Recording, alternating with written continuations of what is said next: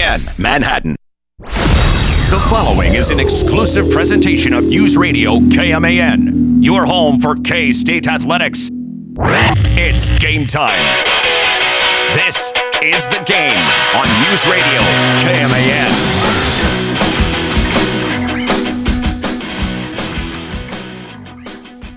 I've been covering K-State athletics now it's been over 13 years, and today has been one of the craziest days of my career, of my lifetime. It's one of the most significant days of K-State athletics in my career. And we are just moments away from live streaming the K-State football press conference that was supposed to be about, and it still will be, about K-State signing day despite Chris Klieman retiring. It looks like Collin Klein is going to be the next guy. He's coming home. K-State got its guy. Other than, of course, there's a couple of flips prior to all this news coming out. K-State signed everybody they were expecting. Everybody. All right, it looks like the press conference is now officially underway. Taylor Bratt's going to lead things off, the director of recruiting, to talk about the class, and then it's going to be Gene Taylor and Chris Klieman at the mic.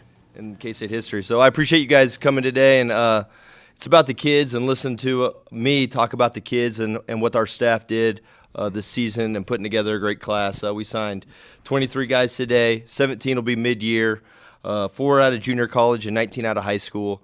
One kid that is signed with us that's an international kid that actually came to camp over the summer, which is awesome. To think that a guy came all the way overseas to come to camp and perform well enough to get offered, and we were able to recruit him.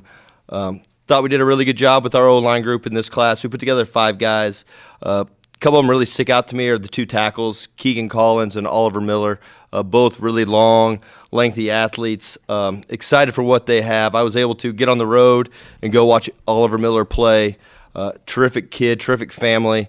And, of course, you guys that all know me know that I'm going to call them kids because I consider myself still a kid, so don't ask my age. But it was an awesome day today with flipping Caprice Keith from Iowa State to us, getting the 4 junior college kids, 2 that were previously committed to other schools. So that was a good day as well for us. It really fired up about Lawson McGraw. Obviously, you know the last name McGraw, and it stands for a lot around here. And, we signed him as an athlete. He's going to play tight end probably for us, but he came to camp, performed very well, played both offense and defense for him while he was here. Nick McClellan's another guy from CBC. He was a high school quarterback that we see playing defensive back. Was a standout player in St. Louis area. And then DJ Ackerson is a linebacker out of Oklahoma. We only took 1 linebacker this year just because we signed, I think, 4 in the previous class. But really excited about DJ. I kind of will turn it over for questions, but we're excited about these guys and the class and see what we can do ahead. How important were the offensive and defensive lines in this class? With losing Uso, Damien on defensive line, and I'm sure I'm going to miss somebody, but it's important to fill those spots and with guys we feel can play immediately. I didn't hit on CJ, the kid from Alabama. I feel like he's a guy that could come in and has a chance to compete even as a high school guy, and that's really hard to do at this level. Any line, offense or defense, to show up and be ready to play, I think is tough. And I feel the same way about Oliver. I think he's a kid that could come in and probably play maybe as a freshman, just seeing what he could do, and he'll be a mid-year guy. And with this news breaking this morning, did you have to reach out to any of the recruits and talk to them about what's going on? Yeah, I was able to talk about all the prospects today. And I think really the thing I hit the most was, you were coming here to be here for 4 to 5 years, correct? And they all say yes. I said, well, during that time, with the landscape of college football and where it's at, there was going to be a change. Whether it was your position coach, a head coach, something, there was going to be change while you were here. This change came a little early. We have obviously had a tremendous head coach and a coach that believed in all of us, our staff, our kids, and this change came quick. But now that it's happened, let's move forward and keep working. I was able to talk to a couple of parents too as well, and kind of just voice the same thing. You're going to come to school here for 4 to 5 years. Who knows if the position coach that you signed with will be here anyways? So just with the landscape, and we were all kind of caught off guard today afterwards. But I think with what kind of happened, it helped some of these guys keep their home and have a home and to come here and play. As you guys know, I went on the road in between Coach Snyder to Klieman with no head coach for about 4 days. And I was all over the world bouncing around selling Kansas State. Kansas State sells itself because of the people, and I thought Coach did a really good job talking to the people about that today. There's going to be multiple people that are going to touch your lives here, and it's going to be the community and the people around you that are going to do it. What's the dynamics like to recruit a high school football player from Sweden, other than him coming to camp? Probably the time change. Hank and did a really good job with that, but the time change, obviously reaching out at different times. You're not going to text them at whatever 8 o'clock at night, because let's think about where let's put the math together on where it is there, and I'm not going to do that. But that's a different that definitely changes it, and then just probably understanding their seasons are different. What they go through is different. How they train is going to be different. But I know there's been a lot of international kids that have worked out and of lately, and it's cool to get one. You love the Kansas kids. Other than being a legacy, what else attracted you about Lawson McGraw? Just a tremendous athlete. He came to camp. Luke Wells loved him, really wanted him. So did the whole offensive staff. I mean, he did a really good job and performing. I mean, he did everything we asked him. We put him on offense for a rep, then defense. We were back-to-back with reps with him. And he just stood out as a guy that wasn't going to say no, turned down anything, and just kept working. And I think he's just as athletically and as gifted as he is, he's going to play. Getting a chance to flip Derek and MJ Graham from Hutch, #1 team in the country, getting ready to play for a semifinal, maybe go to the national championship game. Just how important was it for you guys to get Sally and Graham in the fold? It's awesome getting back into the Jayhawk Conference with them in our backyard. I mean, we have the best junior college in the country right here, and to get two from there, it's huge. Being a Butler guy, I'm a little on the other side, but no, they're unbelievable, and Coach Dallas does an unbelievable job there. And he's a guy that grew up in Salina and understands, and it's great that our GM with Coach Brown understands how important junior college kids are, and they're right here. They were able to make up a trip during the day just to come see us practice, and then they took an unofficial visit someplace else, and then we got them back up here. And that was the most important part, was our staff being in constant communication with these guys and really just doing their part to get these kids back up here. And then I know you touched on Lawson being a Kansas kid, but you also signed LaMarcus Barber from Mill Valley. I was just wondering if you could kind of talk about him. Yeah, LaMarcus is awesome. He originally grew up in Junction City, so it was really great to kind of get a guy from that area. He's a hard worker. He's a great kid. His media stuff on Sports in Kansas is always funny because he's always talking about how he's going to go after somebody in a game. But I'm excited to see what he does here, and I think he's got a bright future. Signing Miles Teodecki, really, really successful junior season down there with quarterback in Austin, Texas. He's a lefty. Does that present any unique challenges for you in the recruiting process? No, if the staff's comfortable with it, I'm ready to go. And Coach Wells was fired up to get a guy who was a state champ in Texas to recruit him. I think that says a lot. I mean, if you're a state champ, and they're still playing right now, if you're a state champ in Texas and you got a chance, I mean, that says a lot about the player, the leader, and all those things about that guy. Tell me a little bit more about Oliver Miller, just the backstory on him, and then what caught your eye, and what kind of potential does he have? Well, they have a powerhouse high school. They're going to play in the state championship this weekend. We also signed Max Lovett, the wide receiver from the same high school.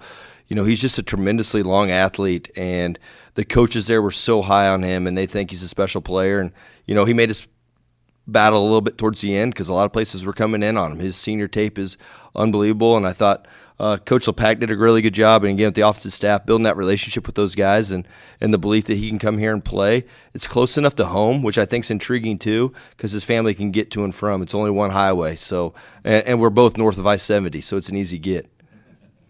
DJ Ackerson for Putnam. Tell me about him. DJ, really great young man, smart, very religious. He's an awesome. I'm so excited to have him. Coach Standard did a really good job getting out and seeing him. He's going to be, I think, a really special player. And being that we only took one linebacker, we had to make sure we got a guy that we thought could come in and be that guy. And from the start, he's been important ever since he's been on campus. And I think he even came up for spring practice and was here in April.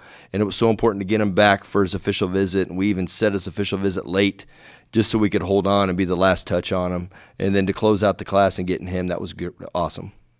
First contact with Derek Sally and how that relationship progressed and how special he can be. Yeah, Derek Sally is a tremendous wide receiver. Hearing from Coach Dallas and what he said about him, also Coach Wallerstadt, who's a former player here, who's the defensive coordinator there. He calls him Mustang Sally, and he says no one touches him. at practice. He goes, I'm just glad we're not playing against them. So I thought that was a pretty good sign. He'll be a good fit, and along with MJ. You know, it's great getting two guys from the same school because at least they got someone to lean on in their time here. We're bringing in two running backs from Texas. What do you like about what those guys are bringing in? I mean, I think one's a power back and one's a versatile back that can play in space. They bring toughness. I mean, they're the accountability, all those things that you want in running backs and what we need right now. So excited for what the future is. HD is from a really small town in Texas, so that's pretty cool. And then Tanner's from Houston, and it's great to get a Houston kid, especially in that Katy school district. How much did the way the season play out maybe adjust some things in your guys' recruiting this year? You know, winning helps.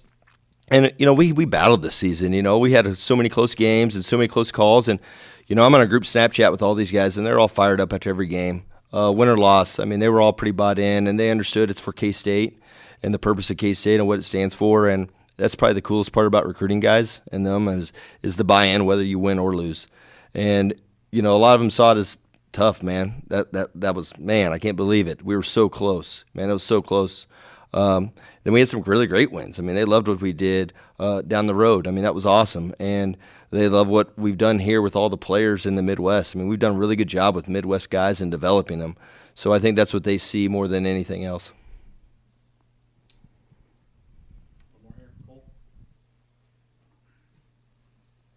In the past, you guys have really, really built your class, you know, from Kansas and in the Kansas City area, and maybe not so much that flair this year. What unique challenges do you think it was trying to build just from outside of that base? You know, it was cool getting – I mean, we've always recruited the Midwest hard, and it was great because we got 5 guys from Texas, which was a big number from us, and 4 from Missouri, 3 from Oklahoma, 2 from Colorado. So, I mean, you really talk about the surrounding states and just trying to land the best ones that fit us and who we are with accountability, blue-collar, tough, fit the K-State way. And so it was definitely interesting to only get 2 in state, but that's all right. You know, I always talked about it before. Sometimes the state has a ton of players, sometimes it doesn't, and, you know, we'll see what we can do next year and excited to get after it. Anything else signing day, Wes? Good? Thank you, guys. Thanks, guys. Go Cats. Once again, Taylor Bratt there, the director of recruiting there for K-State football, up there at the podium for about 10 minutes to talk about this recruiting class. It signs 23. I mean, still some phenomenal work. There was a late flip there as well, and 4 JUCO signees. You heard multiple questions rather about, you know, Derek Sally Jr. there from Hutch. I spoke to his head coach earlier today. That we'll hear that back tomorrow. An incredible athlete, a touchdown scorer, hell of a wide receiver, big guy. I mean, 12 touchdowns this year. It's an incredible amount. That's just a part of this recruiting class that all sign, you know, of course, despite the news that comes out today, even why kids are signing maybe a little bit later is when the news broke, while the kids are signing their national letters of intent to become Wildcats, but all 23 and even, you know, some additions as well, maybe some surprises today added to the class as well. So if you're watching on YouTube, it is an audio-only live stream. We just now wait for Coach Klieman and Gene Taylor to step up, or I should say maybe sit down at the table. And I believe Chris Klieman is going to address the media first. And then Gene Taylor will speak. I'm not quite sure, but I've been told that could be the order. And potentially Gene will be taking questions. I believe Gene will be taking questions once he's done making his statement. But right now we're just waiting on Coach to head into the room there. And I've been told, and I've seen tweets as well about this, that the room is packed. The meeting room, it's where the team has all their team meetings. And there's tons of chairs in there if you've never been in there before. And, I mean, when us media go, we're just kind of filling up half of the front row. For that room to be packed, it's just as if a new head coach has been hired, which, you know, we know that's going to be happening here very soon. But this has turned into a retirement press conference for Chris Klieman with this news breaking, you know, earlier this morning. The Manhattan Mercury was the first to report that Chris Klieman is going to be retiring, stepping aside. And this would allow Collin Klein to become the new head coach of K-State football. A couple of notes about that. Chris Klieman would actually be the seventh, looks like Kleiman's heading to the room, seventh former Wildcat to become the head coach of K-State football. And Chris Klieman right now receiving a standing ovation from the full crowd that's there in attendance. And it looks like Chris Klieman's getting a little bit emotional before he takes a seat. And he heads to the microphone now. Wow.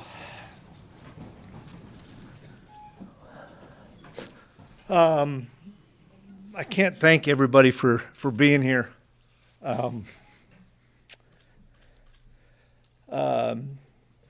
It just goes to show me and prove to me that the good guys win, and doing things the right way and doing it with class and doing it with integrity is the right way. And guys, that's the K-State way. And it's been an emotional day for me. I am at peace. I've had so many colleagues, former players, parents of current players, text, call to congratulate Rhonda and I. And it's why I'm in this business, is to have that impact not just on a kid that plays for you, but on a parent, on a support staff member, on everybody that you touch. And that's leadership to me. Leadership to me is how many people you can impact on a daily basis and make sure that's a different person every day.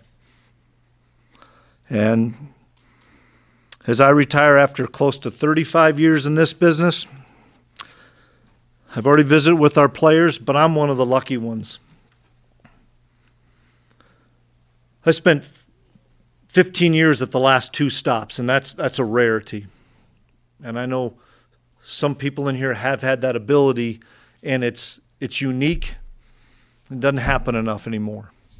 And relationships with players, impacts on people that reach far beyond this game, that's always been my passion, and that's always been my burn, is trying to continue to impact people. I believe that, and believe and live like this, that players play for coaches that care. Coaches coach for coaches that care, and a support staff supports a head coach that cares. And I hope everybody that's come across me, whether it's players, support staff here at K-State or places I've been, have said, I will say this, that guy cares. And he's going to have my back. And I'm not going to throw people under the bus, and I'm going to continue to love them. I'm going to challenge the heck out of them, but I'm going to love them. My entire coaching life, I've put other people first. And for the first time ever, I'm putting Rhonda, Devin, Haley, and Colby first. I got to express my gratitude to and thanks to Gene Taylor for believing and entrusting this program to me. It's hard to believe it's been nearly 7 years ago that Kenny and Preston and Starkey came up and picked me up. They'd never been so cold in their life in Fargo. And we flew down here and started a journey that it's been almost 7 years. And I took this job with little to no Power 4 experience. But I had a guy that believed in me and loved me. And I'm proud of what we accomplished in these 7 years. Won a Big 12 championship. I think we had eight or more wins, and there's 8 teams in the country that had that for 4 straight years. And we made it to a bowl game 6 out of 7 years at a place like Kansas State. And we did it with hard work, we did it with dedication, we did it with the right kind of people, and we had everybody with both feet in all the time. And that's not just players, that's coaches, that's support staff, that's everybody. I'm a big believer in being defined by a moment, not a body of work. And thanks to all the great players, thanks to all the great support staff, thanks to all the great coaches. I look at my 5 years at North Dakota State with great players, great coaches, great support staff. We won 4 national championships in 5 years. Look at my 7 great years here with the accolades we talked about. And as a head coach of Division I in 12 years, I'm damn proud of the body of work that all of us put together. And guys, I'm not going anywhere. It's not a funeral for me. And I told the guys that. And you know, I've always said this when I come into this room after a tough loss: do not walk around eggshells on me. Don't do that. We're gonna celebrate my career. We're gonna celebrate. I'm gonna be around here next week for the players. I'm gonna get out of here this weekend with my family and go see my kids. But I'll be around here next week to visit with all our players and answer those questions of those guys. But I can't thank all of you enough. I can't thank all of you enough for being the people who you are and for allowing the Kleimans to come into Manhattan and build something here. And Gene and I talked about this a couple of different times. I followed Craig Bull at North Dakota State after he won 3 consecutive national championships, and people said, don't you dare follow Craig Bull. And we won 4 or 5. And I followed the greatest coach, in my opinion, in the history of college football, in Bill Snyder. And everybody said, don't want to do that. And I said, I just followed a guy that won 3 in a row, and we did okay. I'm ready to go to work. And I think we did a pretty damn good job here. But guys, I'm gonna depart you now and let Gene kind of run the rest of this. But I love everybody, and I appreciate everybody, and thanks for everything, guys.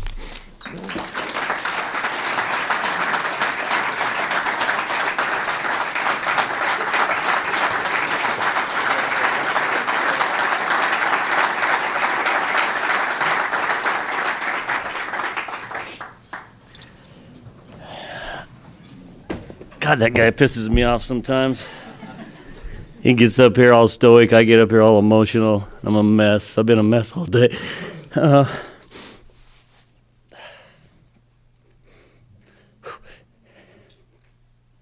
See, that's why it pisses me off. You just saw one of the greatest guys in this industry walk out of this room and retire from coaching, from the business that he loves. And what really pisses me off is he's doing it because where we are in this industry. And if we don't get this thing fixed, and I mean I'm a part of that, as every AD in the country and the conference commissioners, if we don't get this thing under control, more really, really good guys like Chris Klieman are going to walk away from this business. And I've already seen some of my colleagues do it because they just aren't ready to deal with what we're dealing with.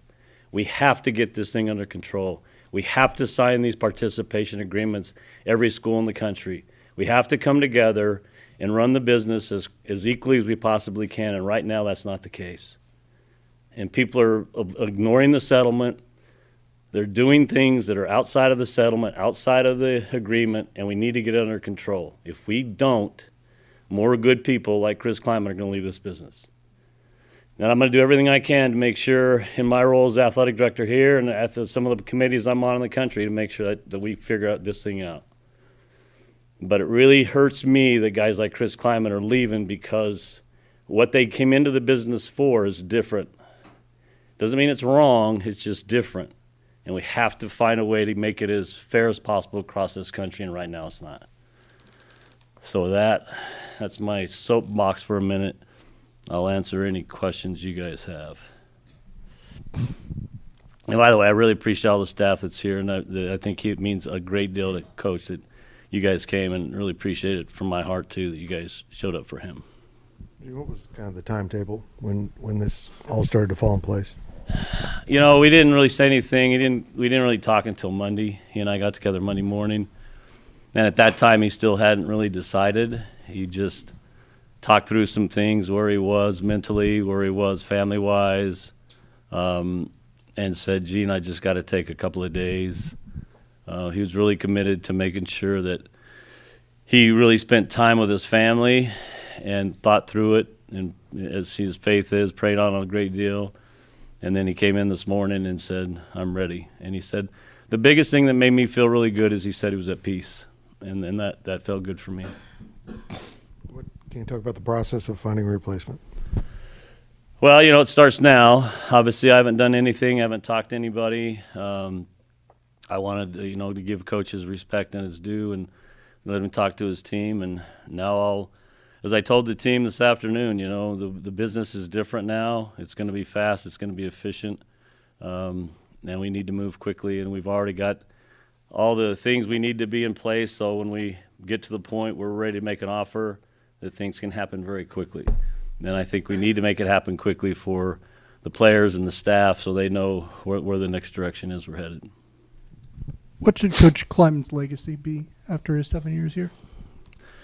Well, he touched on it, right? I mean, people thought I was nuts because I hired my drinking buddy from Fargo, North Dakota 7 years ago, and it worked out pretty well. And, for him to, walk in, I told him this in the interview process. I said, you're going to have to drive down a highway that's named after one of the greatest coaches. You're going to have to walk into a stadium that's a statue of one of the greatest coaches, and you're going to, every time you look up in the press box, pissed off at your coaches in the box, it's going to say Bill Snyder Family Stadium, and you're going to have to be okay with that. And he was. And he not only built on Coach Snyder's culture, he put his own mark on it, and he brought in this very similar kind of players and staff that this place believes in and knows can be successful. And I think he's done it with class and dignity and won. That a lot of people didn't think an FCS guy could do, and so he should be very proud of that. Does he intend to coach the bowl game? We haven't gotten that far. He really wants me to talk to the players first and see what their interest is, and I'll do that. I think tomorrow is get with the leadership and see where they are from a bowl perspective, and then we'll go from there. Gene, just how trying do you think this season was on Chris? I think obviously it's pretty trying. I mean, if you saw him after the Utah game, and I think that was when I first, actually it was my daughter who said, are you concerned about Coach Klieman? And at that time I wasn't. I figured it was just the emotion of that game. He wanted to win that game so badly, and I think how it ended really frustrated him for the team. And I think it just but I think at that point is probably not that point. He's probably been thinking about it a little bit, but after the season, he and I typically don't talk about anything till after the season. And so I texted him Sunday and I said, hey, do you just want to get together Monday? And he said, yeah. So I was expecting a different conversation, to be honest with you, when he walked in Monday. I thought we were going to talk bowl and staffing, whatever the case may be. And he said, I got something I got to get off my chest. And that's where we went. And it's been the crazy 48 hours since. Did you try to talk him out of it at all? I did, and then he talked about his family and his health, and then I said, that I just pretty stopped me in the tracks, and I just said, you know what, this is your decision, and I'm not going to try to talk you out of something that you feel is that important for you and your family.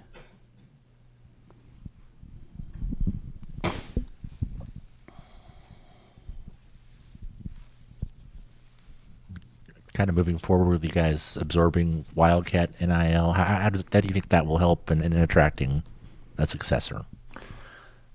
I don't know that it'll have a major impact. Obviously, they did a great job for us in the interim, in the Wild Wild West. I thought Curry and those guys were great, and they were aggressive. I think for now it's just about what can we do. Obviously the rev share piece, we have that. We're going to meet always have the minimum or the maximum number of rev share dollars, and now it's about going out and finding dollars for true NIL, and I think we have to get aggressive, and I think as a staff we've got a plan in place to do that. But we're, like you said, we're going to do it the right way. We're gonna make sure we're doing things the right way, and that's never going to change here. And then contract-wise for Coach Klieman, just wrapping it up, is that something that has to be discussed over the next couple of days, or do you know? Yeah, like you said, he's going to be around, and those kind of things. We'll figure that out after he takes some time with his family and comes back next week, and we'll let him visit with the players, let him do his football stuff, and then he and I will get together and wrap that up at some point.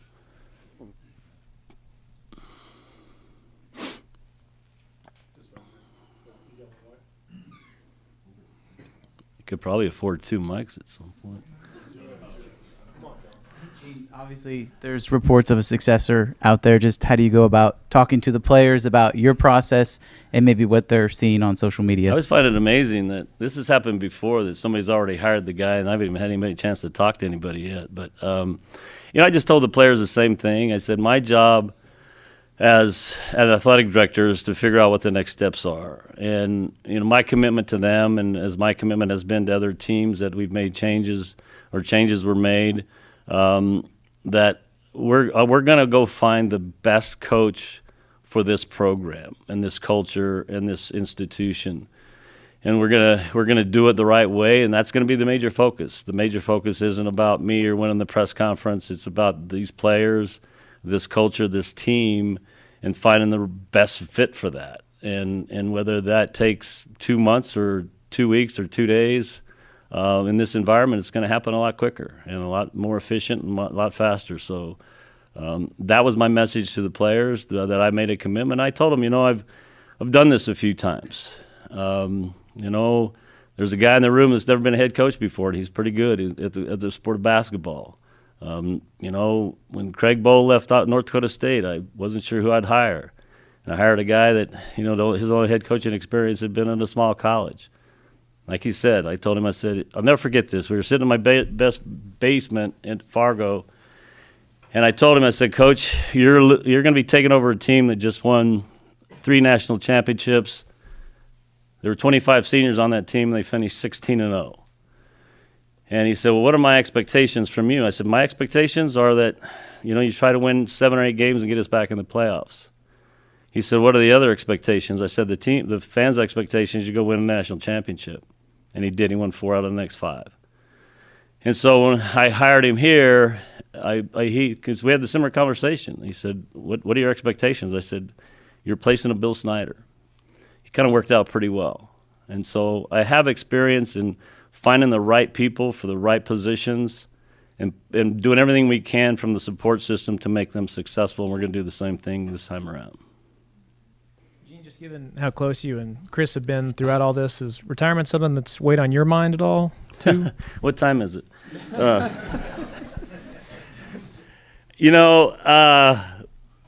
I mean, it has been. I mean, I've been doing this a long time. I'm not, 50 years old anymore, but I'm still committed to doing. I mean, there's a lot of people in this room that I care about, and I want to keep working until I feel that, we have everything in place that we need as a program to be successful, and I think we still have some things we need to do. We've got the rev share, but we've got to keep that going every year. We have to find true NIL and extra NIL dollars. Those are probably the next things we're going to commit ourselves to. And then at some point, I'll look back and say, okay, and I've talked to my buddies who've retired, Gary Bart at Iowa and Bubba Cunningham at North Carolina, and some of these guys, and they said, you'll know when the right time is, and right now I don't feel it's the right time. Have I thought about it? Absolutely. Hell, we bought a home in Arizona, and every time I go out there I think, this is a pretty good deal. I maybe should probably just stay here for a while. But I'm not ready yet, and I want to make sure that because of where I am in my experience, I have some chance to sit on some committees now that can help make some decisions as an industry that can maybe put us in a place that we're going to be better off. But I'm not quite ready yet.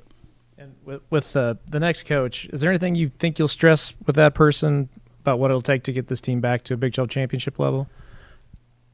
Yeah, I mean, I think, it's really just finding out from them what they think is what it's going to take. I mean, they're the football coach. I'm not a football coach.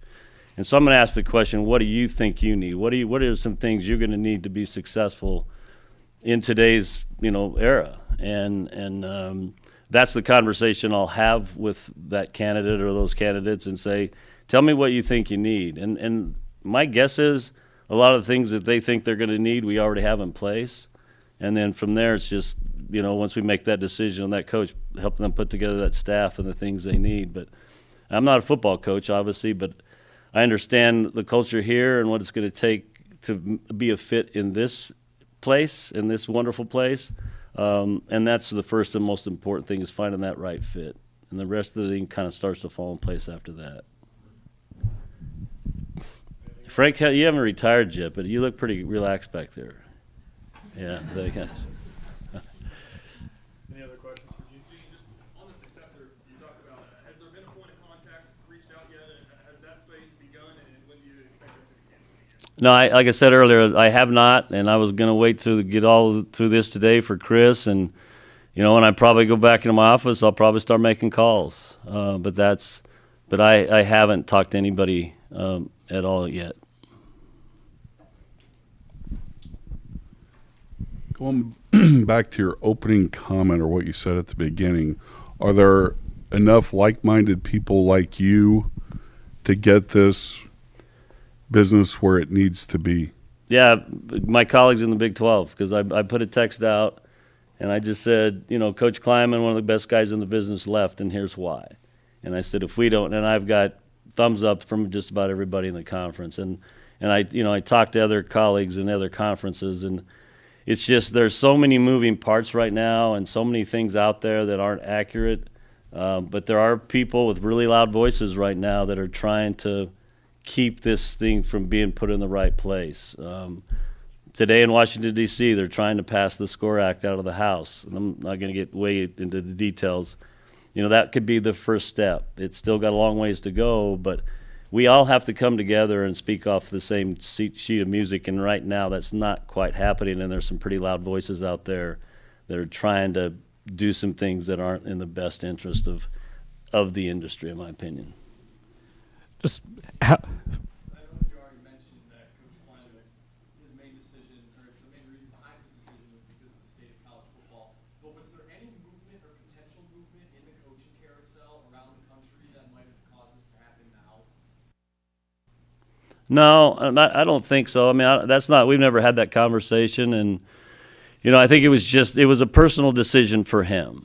It really came down to his family, to where he was mentally, and just really wanting to take a step away from it right now. But it really was more of a 100% a personal decision on his part. How was that locker room when you addressed it earlier today? It seemed like you guys were hoping to make this announcement later in the week. Well, we was here. It wasn't the locker room. We just met with him here. It's quiet. I mean, it's a time of uncertainty for everybody in the room. Anytime there's a change, the players, it was actually that's what he said. He walked in. This isn't a funeral, and the guys were really, really quiet. They were kind of sitting there like that's what they were. And so, they were respectful. And then when I said my piece, we just got up and walked out. I mean, these guys are really good dudes, and they care about the program. And I just ask them to be patient and not do anything, not make any rash decisions. Let us get through the process, and I think they all, they kind of nodded their head, and we'll go from there. So, Gene, I'm sorry to. Like I said, I think I'm going to start with the players. To me, that's, if they have a desire to play, then we'll take the next step. But I think I have to really start with the players and just kind of see where they are with it.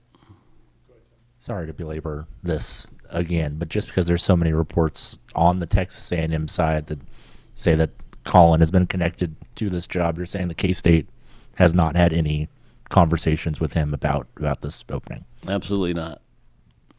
I'm not even sure if I still have his number, but I guess I better find that out at some point. Any other questions? All right, thanks, everybody. All right, once again, as we're back live here, as the press conference was live, of course, but back here in studio, Mitch Fortner, Cole Dutchendorf, and Gavin Hyatt. We need to take a break. We're supposed to get 3 an hour, and we've already had 40 minutes of our first hour. Let's take a break. We'll react to the press conference when we come back on The Game. This is The Game on News Radio KMAN. I'm Dan Patrick, and this is Above the Noise. Penn State may want to call it due diligence, but the diligent approach is starting to hurt the program. In a loaded Big Ten that demands urgency, the Nittany Lions are drifting through their coaching search at the worst possible time. Today is National Signing Day, and while programs across the country are celebrating, Penn State is standing in the corner with an empty plate. James Franklin's departure was already damaging. His arrival at Virginia Tech turned into a recruiting raid, with several former commits following him to Blacksburg. The result, a staggering picture. Penn State enters signing day with just 4 recruits, a class ranked between Montana State, Missouri State, and Akron. For a program that prides itself on tradition and relevance, it's not a blip. That's a major concern. The timing of the coaching carousel makes chaos inevitable. Penn State is lost in the fog, and the hit they take this cycle could come back to bite them for years to come. I'm Dan Patrick, and this is Above the Noise. The holidays mean more travel, more shopping, more time online, and more personal info in more places that could expose you more to identity theft. But LifeLock monitors millions of data points per second. If your identity is stolen, our US-based restoration specialists will fix it, guaranteed, or your money back. Don't face drained accounts, fraudulent loans, or financial losses alone. Get more holiday fun and less holiday worry with LifeLock. Save up to 40% your first year with promo code NEWS. Visit LifeLock.com. Terms apply. If a Lenovo computer for your business is on your holiday list, don't shop around. Just go directly to the source, Lenovo.com. It's your last chance to get exclusive deals on the PCs you want for your business, like the ThinkPad X9 14 Aura Edition and Yoga 7i 2-in-1. So avoid all that shopping chaos and price comparing, and just go directly to the source, Lenovo.com, where PCs are up to 35% off. That's Lenovo.com. Lenovo. Whether it's game day or a night out with great live music, Bottlecap Sports Bar delivers the atmosphere you're looking for. It's Manhattan's go-to spot for catching every Wildcats or Chiefs game and enjoying live music that plays the songs you actually know. Come early for a good seat, great music, and cold drinks served up right. Stay in the loop. Check out their Facebook page for the full schedule of events. Bottlecaps, where the music's live, the game's always on, and the vibe is just right. Bottlecap Sports Bar located on West Anderson across from Dairy Queen. At Stormont Vale Health, high-quality care is right around the corner. Stormont Vale Health is more than just a hospital. We're an essential part of your community. Our commitment to quality healthcare means investing in the most skilled and talented providers and cutting-edge medical technology. Our investment in your well-being doesn't stop there. We also support various nonprofit programs throughout the communities we serve. Visit StormontVale.org and discover how we can serve you. Stormont Vale Health, high-quality care, closer to home. Little Apple Chorus and Heartland Harmony presents Holiday Harmonies. This year's concert will be Sunday, December 14th in Forum Hall at the K-State Student Union. The doors open at 2:30 and the show starts at 3 p.m. This is sure to be a musical afternoon. Tickets are just $15 or purchase a family pass for $50. Tickets can be purchased from a chorus member in advance or $20 the day of the event. Don't miss Holiday Harmonies with Little Apple Chorus and Heartland Harmony, Sunday, December 14th in Forum Hall at K-State Student Union. Blueville Nursery's Horticulture Hints radio show comes to your radio every Friday morning at 10 a.m. We will discuss timely gardening and landscape topics to help you keep your lawn and garden in tip-top shape. Blueville Nursery has been your local landscape service and garden store for over 50 years, and we want to share our time-tested techniques with you. From vegetable gardening, spring and summer annuals, to shade trees and lawn care, we'll cover it all. You're welcome to call into the show to ask questions that apply to your own landscape or garden. Stay tuned to Blueville Nursery's Horticulture Hints radio show every Friday at 10 a.m. right here on News Radio KMAN.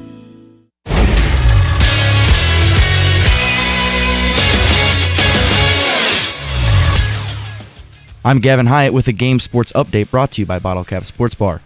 First reported by the Manhattan Mercury, Chris Klieman is set to retire as a Kansas State football coach, and his replacement is already lined up, former K-State quarterback Collin Klein. Chris Klieman informed the team this afternoon of his decision. Klieman just completed his 7th regular season at K-State, compiling a 54-37 record, winning the Big 12 championship in 2022. The Wildcats will play in as yet undetermined bowl game this year, having gone 6-6 in the disappointing regular season. 36-year-old Collin Klein is currently the offensive coordinator at Texas A&M, where he has been the past 2 seasons.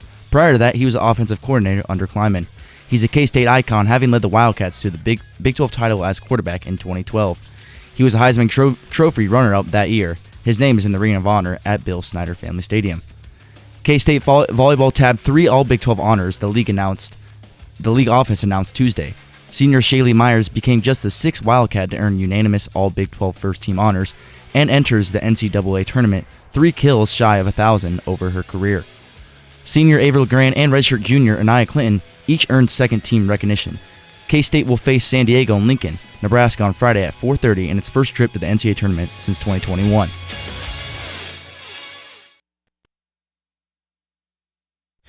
All right, we are back on the game on KMAN. Mitch Fortner with Cole Dutchendorf and Gavin Hyatt. As you heard that Game Sports update, a little bit of amendment there, I suppose, after the press conference with Gene Taylor mentioning that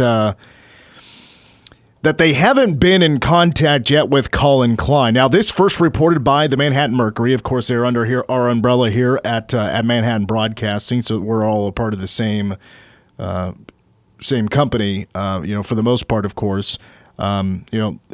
That report coming from Ned Seaton, coming from very credible sources. I want to bring attention to that real quick as well, because a lot of people thought that might have been reported on a little bit too soon. K-State wouldn't have been ready for that kind of report to get out.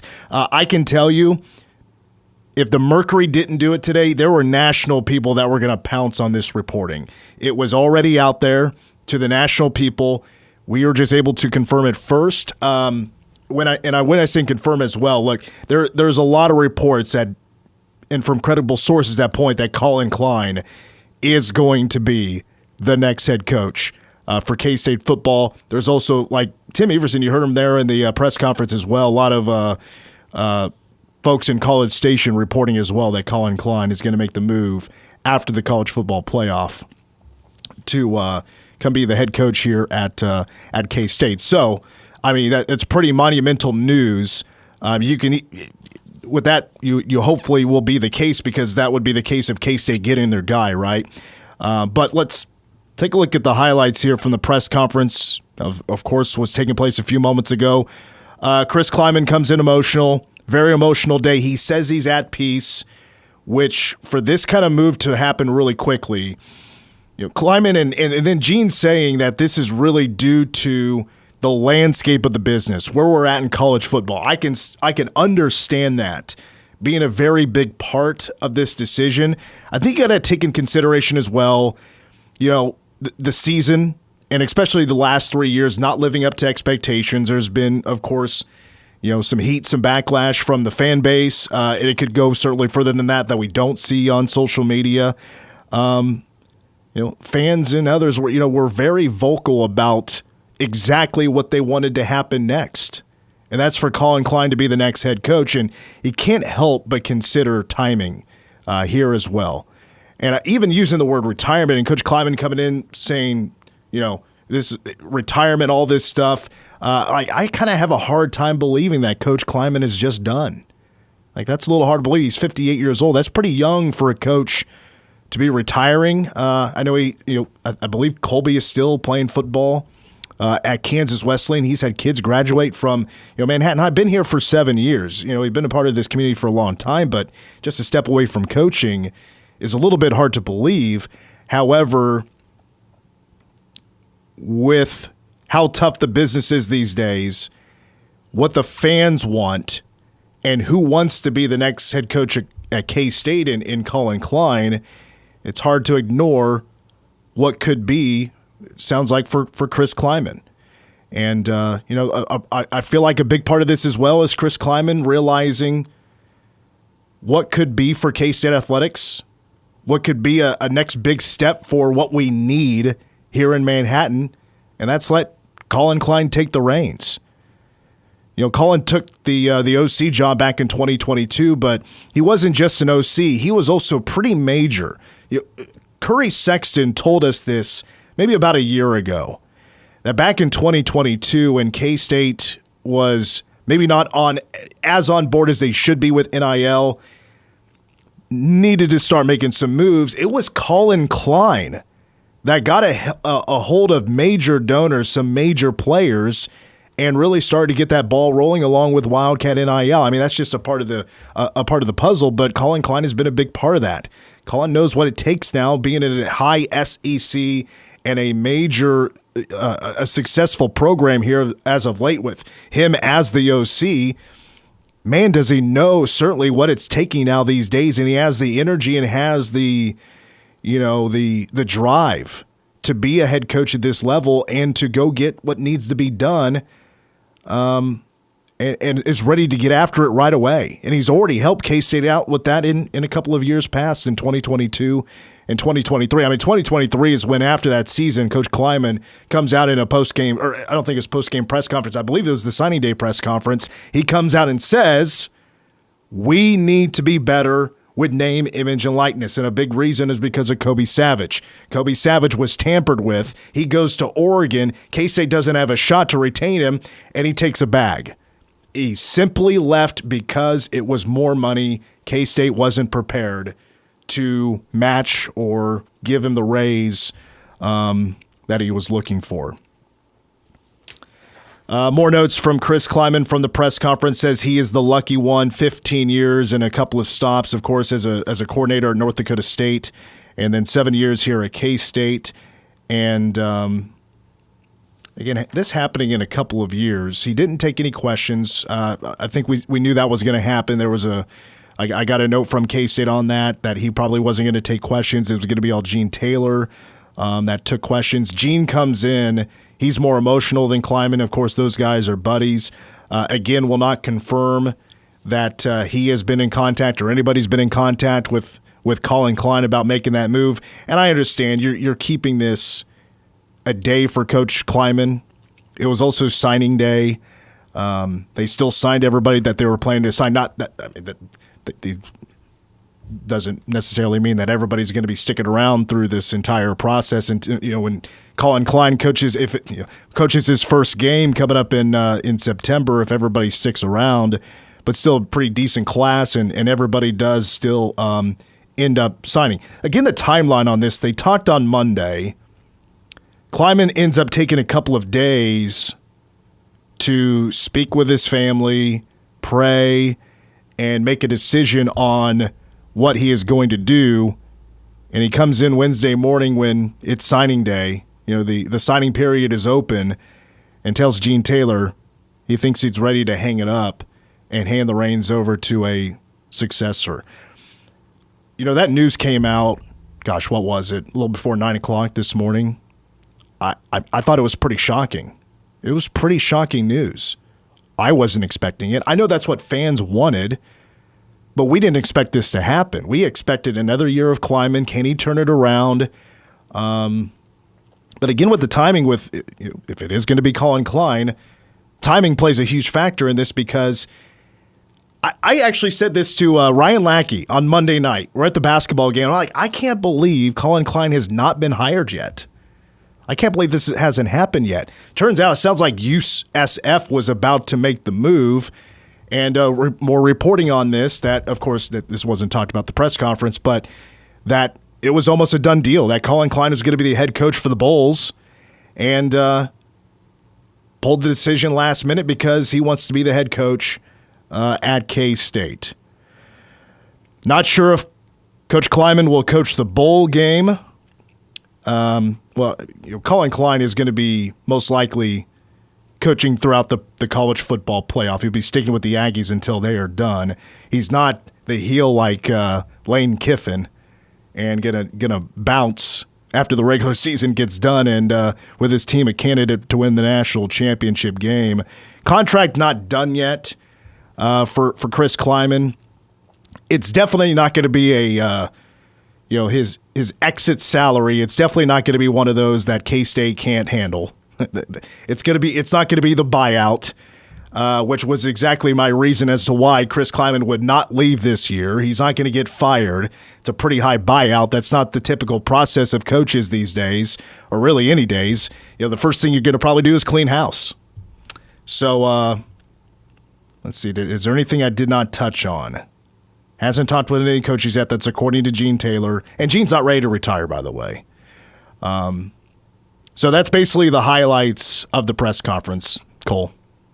It's been a crazy day, and I'm sure it'll be a crazy couple of days and a crazy couple of weeks and a crazy couple of months for K-State athletics and specifically, obviously, with K-State football. Kind of like you said, you heard stuff like rumors flying around, but nothing was ever solidified, and the clamoring for a change, and this isn't the change maybe people were expecting with Klieman stepping down and retiring, and who knows, and maybe it's one where he'll retire and step away from football for a couple of years and then get back into it in some sort of capacity, or maybe he's done for good. I mean, this is a legendary FCS coach, and then to have all the success that he's had at K-State, I mean, he's turned those two places into, or not turned K-State, but kept North Dakota State as the powerhouse that it was, and then continued a job that I don't think many people would have envied in stepping in after one of, if not the greatest college football head coaches of all time, and Bill Snyder executing the greatest college football turnaround. That's not an enviable position in stepping in once Snyder retired for the second time. And I think he handled it fantastically. He had a bunch of great teams. He brought another Big 12 championship to Manhattan. And I think that the thing that so many people have been saying, and I agree wholeheartedly with it, is that he's been such the perfect ambassador for K-State in terms of the kind of person that he is. There's you can't say enough about the kind of character that he has had and that he has displayed over the last 7 years in Manhattan. He's been the perfect guy to take the reins over from Coach Snyder, and I'll definitely miss him at the helm of K-State football. And it's a crazy, you mentioned it at the beginning of the show, it's the craziest day you've had in covering K-State. I haven't quite worked, a decade plus covering K-State, but I can say— It's your first year. Yeah, I could say pretty comfortably that it's a crazy moment just in K-State history of all of their athletics ever, really. All right, we got to wrap up the first hour. Let's take our break. We'll have a full second hour. We're going to have Zach Nemechek on from Powercat Gameday. He played with Collin Klein. He has seen some of the behind the scenes of the Chris Klieman era. He's gone to practice. I think he's a great guy to have on to talk about this move. A lot of accolades as well from Chris Klieman. I would assume everybody feels. I can't speak for the full fan base. I would feel the majority feel it's somewhat of a sad day. A lot of respect for Chris Klieman. There's always been that respect, a lot of reaction to the current. But it's a happy day as well, because if the reports are true, and there's pretty credible sources, it seems like, to back this up, a lot of people would be very happy to know that Collin Klein, the guy that most people want to be the next head football coach at K-State, is going to be the next head football coach at K-State. Hour 2 of the game is coming up next.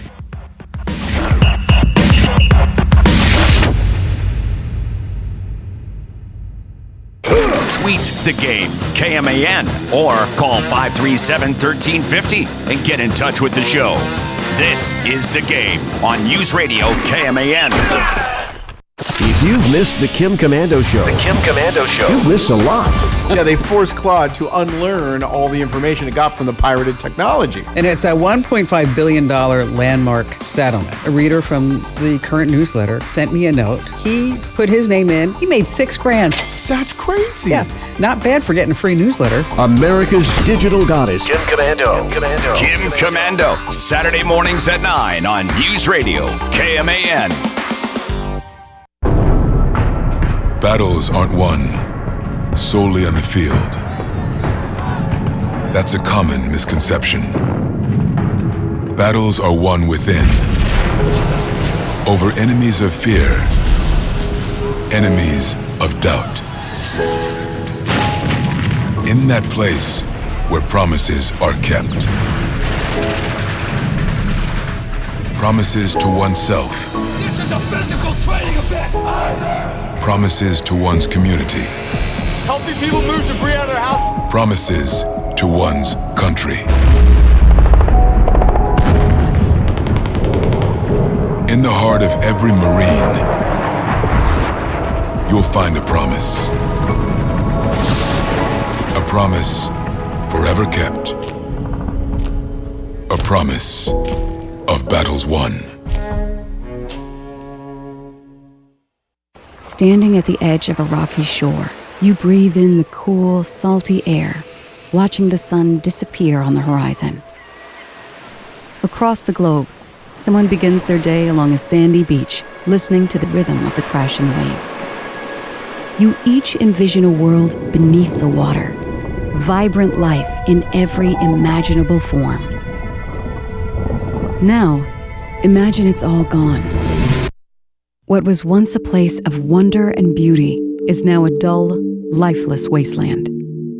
Food, jobs, medicine, all gifts from the ocean, all gone. Time is running out to protect our oceans, and without our love, everything the oceans provide can and will disappear. It's our choice. Love it or lose it. Help protect our oceans. Visit World Wildlife Fund at wwf.org/love. KS State Bank wants to be your bank. Find the solutions you've been looking for at ksstate.bank. KS State Bank, member FDIC, equal housing lender. KMAN, Manhattan. Now, the latest news from the News Radio KMAN and Manhattan Mercury Newsroom. Good evening, I'm Brandon Peoples. Our top story today, head coach Chris Klieman retires as the Kansas State football coach. The Manhattan Mercury, the first to report on this coaching transition this morning, which was originally set to be announced this week. K-State and Klieman officially announced the retirement this afternoon at a press conference. The 58-year-old just completed his 7th season at K-State, compiling a 54-37 record and winning the Big 12 championship in 2022. His successor will be Collin Klein, the 36-year-old, currently the offensive coordinator at Texas A&M, where he's been the past 2 seasons. Prior to that, he was the offensive coordinator under Klieman and is a K-State icon, having led the Wildcats to a Big 12 title as quarterback in 2012. He was a Heisman Trophy runner-up that year, and his name is in the Ring of Honor at Bill Snyder Family Stadium. Now, nothing official has been announced yet by K-State, but sources tell us that Klein is in line to become the next head football coach. We again have full reaction continuing on the game here on News Radio KMAN. The Manhattan City Commission last night unanimously approved recommendations from the Community Support Funds Advisory Board for outside agency funding requests for the upcoming fiscal year. The budget includes $557,000 in social services funding, $100,000 of which will be coming from opioid settlement dollars, and $550,000 in special alcohol funding. While those totals remained flat from this year, demand did not. The city received 15 applications for special alcohol funds totaling around $634,000 and 21 applications for social services funds totaling over $645,000. CISFAB Vice Chair Lisa Sisley says the nonprofits are appreciative of the funding because it is unrestrictive. They're able to use it for salaries, staffing, and other expenses. And in the world of nonprofits, that is tremendously helpful. It's gold. So, You really need to stress that as much as you can because it's so hard to raise money for staff. Absolutely. Yeah. Mayor Karen McCullough chiming in there as well. Sisley says no requests landed in the Do Not Fund category this year, and board members reached consensus on which programs were more critical than others. City Commissioner Susan Adamczyk says she still would like to see the board be more structured in its process. I would probably feel a little bit more comfortable if it, and I understand that this is the average of 9 different individuals, but I'd probably encourage you to try to be a little bit more systematic in that regard. Grant agreements based on approved funding from the City Commission will be executed this month. They'll go out in quarterly installments next year. Potawatomi County Commissioners have thrown their support behind the City of Onega in their effort to revitalize a key piece of its downtown. Jana Williams with the Flint Hills Regional Council asked the Commission this week to sign a letter backing the city's application to the Historic Economic Asset Lifeline Grant Program to help rebuild and restore the property at 315 Leonard Street in Onega. The city's hoping to turn that structure into a future city hall. Another goal is hopefully to help strengthen the appearance of downtown Onega and then also encourage other commercial property owners to do the same and rehabilitate their buildings. If approved, the grant would provide $30 per square foot with a 1-to-1 match. Onega plans to request $63,000 and match it with an additional $63,000 to shore up the building's structural integrity and prepare the interior for City Hall, court chambers, and utility payment space. Potawatomi County Commissioner Gary Yenzer. I appreciate at least the city and taxpayers of Onega willing to rehabilitate an old building, which is what we're trying to do too. Staying in Potawatomi County, the Sheriff's Office is investigating vandalism to a water tower near Oldsburg. Deputies were called out this morning to the area of Swede Road and Shannon Creek Road, where it was discovered a tower serving Rural Water District Number 2 had sustained numerous bullet impacts. Sheriff Doug Adams says it does not appear the damage was recent, but it also appears to be done intentionally. He estimated the damage likely occurred sometime between mid-August and late November. The Rural Water District is continuing to examine the structure to determine the overall cost of repairs, which may end up exceeding $100,000. Officials say it does not appear currently to be impacting any water usage in the district. The sheriff's office is asking anyone with information to contact Detective Kidd or submit a tip via the Crime Stoppers link at ptsheriff.com. K-Man News brought to you by L&L Advisors. Local, genuine, and here for you. News Radio KMAN weather. Sunny skies and 32 degrees currently in Manhattan, with winds gusting in the north right now at 10 miles an hour and getting up to 20 miles an hour. Tonight, cloudy skies with a low of around 12 degrees with north wind 5 to 15 miles an hour. That gust that can get as high as 25 miles an hour. Tomorrow, sunny with a high near 29, and going into Thursday night, mostly clear skies and a low of around 20. Sunny with a high near 44 on Friday. K-Man Daily Weather is presented by Fox Business Systems. How much does downtime cost you and your business? Don't let another second go by. Call Fox Business Systems at 776-1452. Hit me with the wrestling themes today. I like it. All right, we're back on the game. Mitch Fortner now in studio with Tim Everson from the Manhattan Mercury. Cole Dutchendorf, Gavin Hyder across the glass. We're with you for a full second hour. If you missed the first hour, we live streamed the press conference from earlier today. Started with Taylor Bratt to talk about the signing class for 2026, and then Chris Klieman comes in, of course, to confirm, which K-State put out a statement earlier this afternoon saying that Chris Klieman is going to officially retire.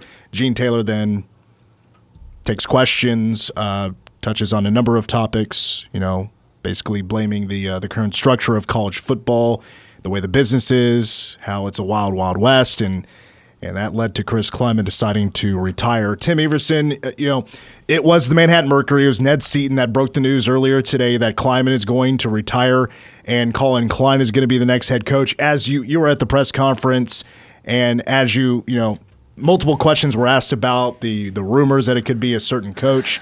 I'm kind of pulled to, one boss says it's going to be Collin Klein. The other boss says we haven't talked to anybody yet. But you're representative of the Manhattan Mercury. It's been a very busy day for all of us. But what do you want to say about the what came out earlier today? Yeah, first off, just about the press conference. I think very, very surreal. Just lots and lots of folks from the athletic department. Jerome Tang and staff were there. Jeff Mitty was there. Pete Hughes was there. I think just about every K-State head coach that could be there was there. And so if you listened, you heard Gene Taylor thank those folks for being there. That was who gave the big standing ovation when he came in. You got to feel for Klieman. I think you can tell that a load has been lifted for sure. He feels. You said that he said he feels at peace. That came off. I'm happy for him personally because of this season has seemed like it's just been so miserable in just so many different directions, on the field, off the field. I'm happy that he has gotten a chance to kind of take it easy a little bit, step back. Obviously, the press release mentioned a health situation. We don't know much more about that, but that happens a lot to coaches in this industry. It does. It takes a toll.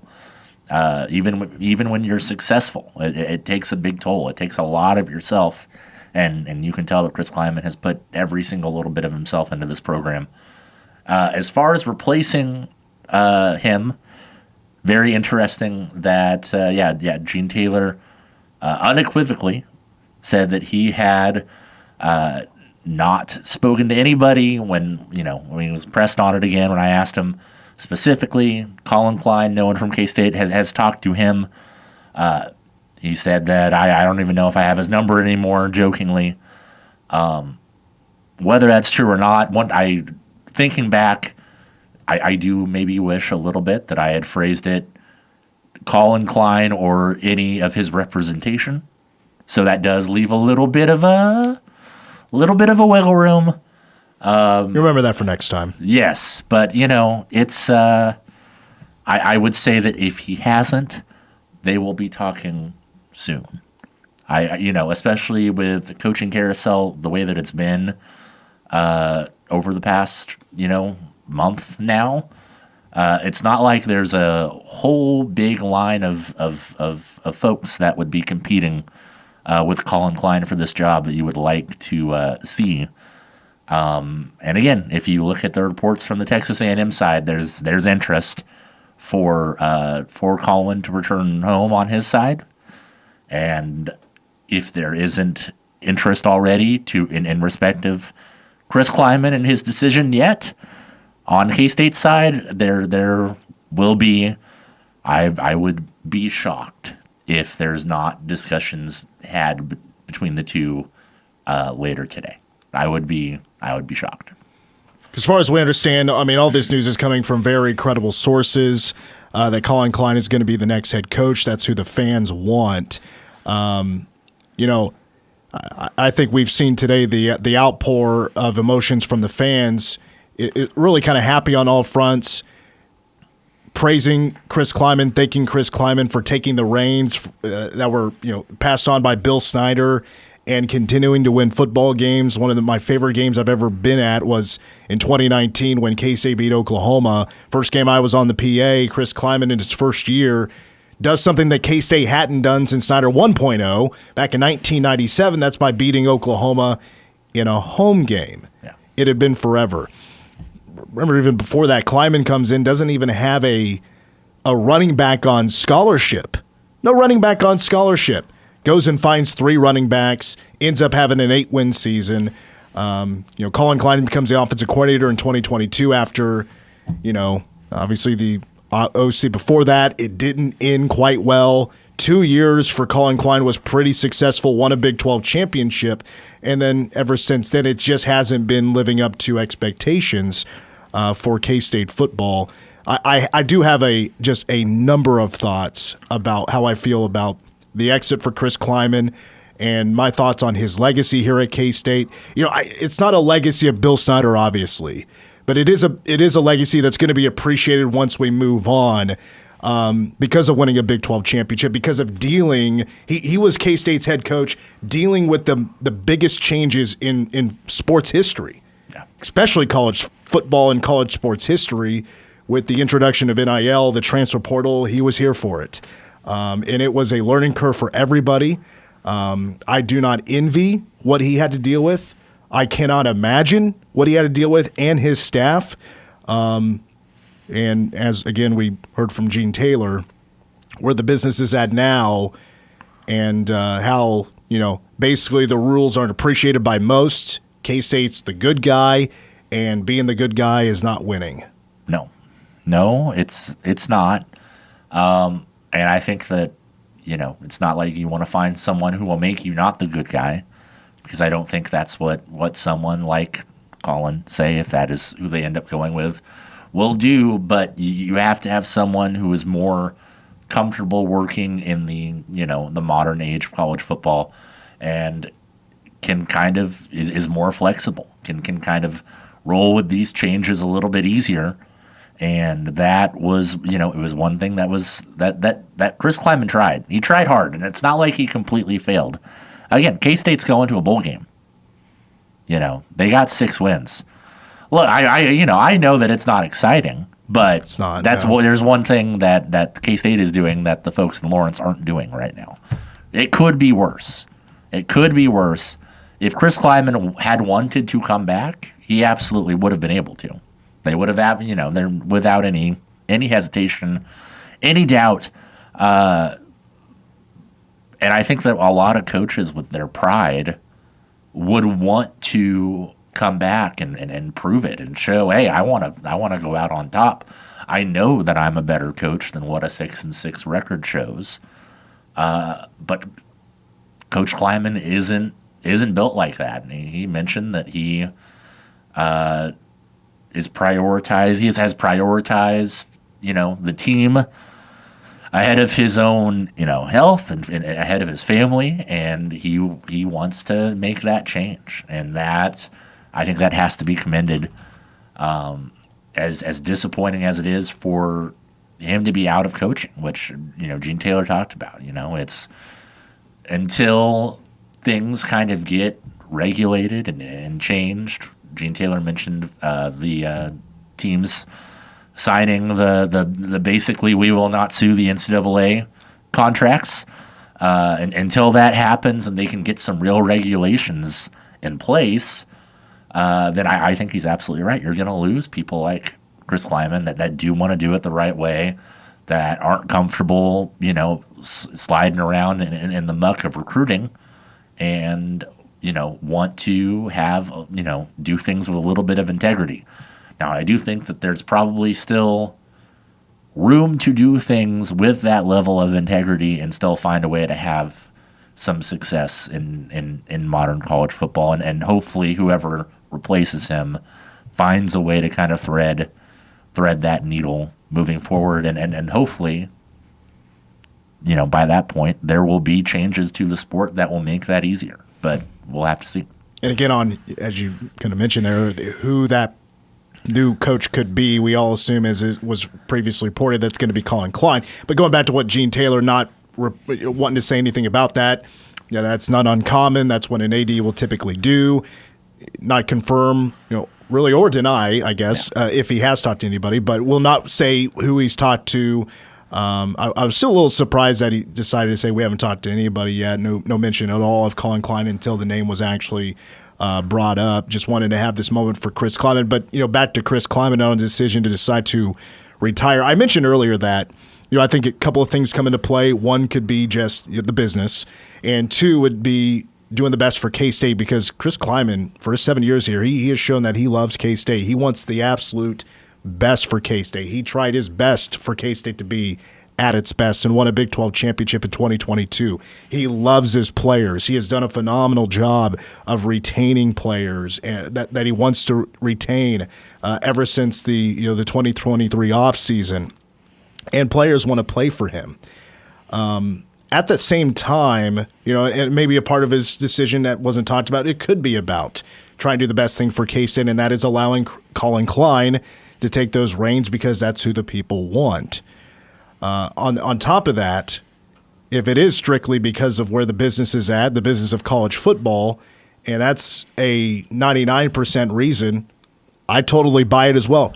Chris Klieman was, I want to throw that word out because people have been thrown out there, have been bitching. He's complaining numerous times about where college athletics is.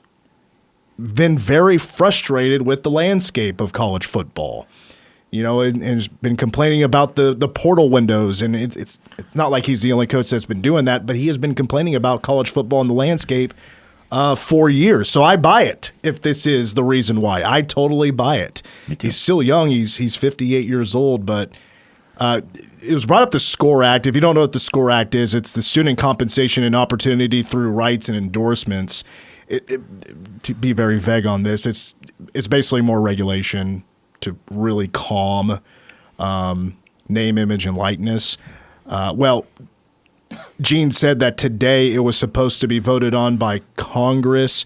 That vote was canceled today, so who knows when that's going to be picked up. So this happened also in a very short amount of time. So either way, I wouldn't be shocked if it was either way Chris Klieman making his decision today.